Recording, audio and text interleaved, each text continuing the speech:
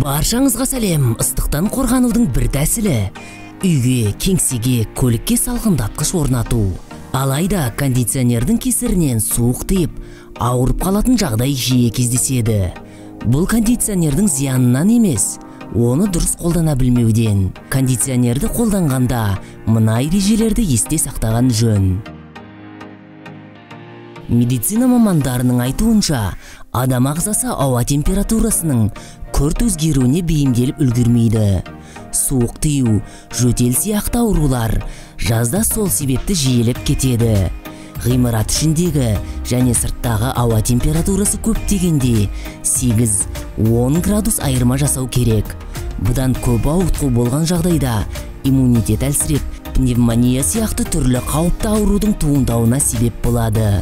Ең дұрысы, бөлме температурасын 3-5 градусқа дейін ғана салқындату. Жазда ағза үшін ең қолайлы температура 24-26 градус.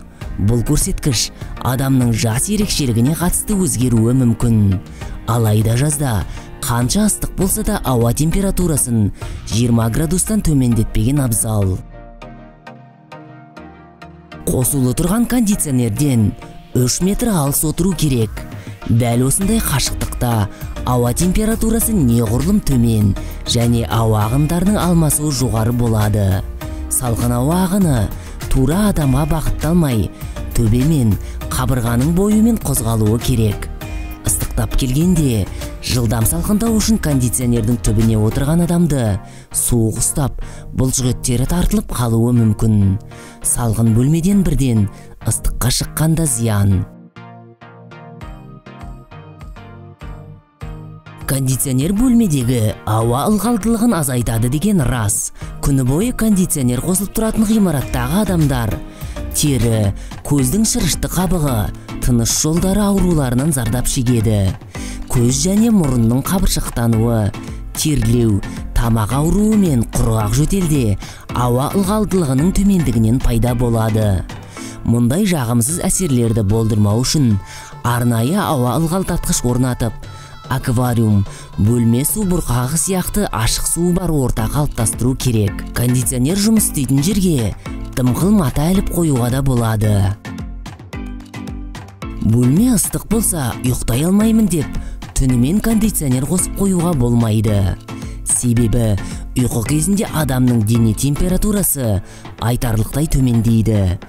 Үй ыстық екен деп, жамылғысыз ұйықтамаған жөн.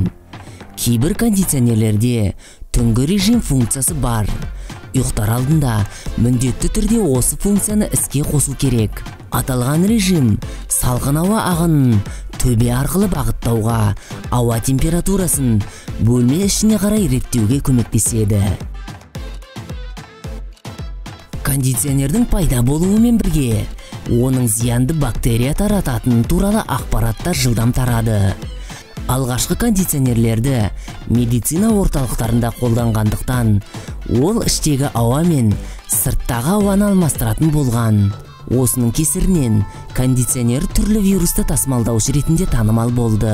Ал қазіргі кондиционердің камералары арнайы рецепторлармен алмастырылған. Жаңа жүйе бойынша берілетін ауа мен жұтылған ауа байланыспайды. Зиянды бактериялар бар ауа жұтылып, орнына салқын, таза ауа бөлінеді. Бірақ осы тұста қарапайым ережелерді естен шығармаған жөн. Кондиционер қосылып тұрған кезде ғимараттың есік терезесін жауып қою керек. Автокөліктің ішінде де осыны ескерген жөн. Көпшілік кондиционер сүзгісін тазалап отыру керектігін ескере бермейді.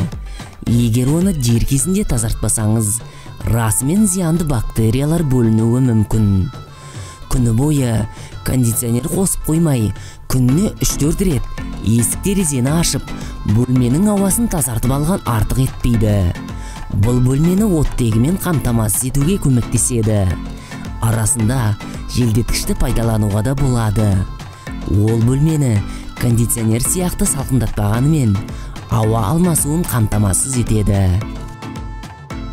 Ал видео қызықты әрі пайдалы болса, лайк басып, достарыңызбен бөлісуді ұмытпаңыздар. Ал жаңа видеоларымызды жіберіп алмас үшін қоңыраушаны басып қойыңыз.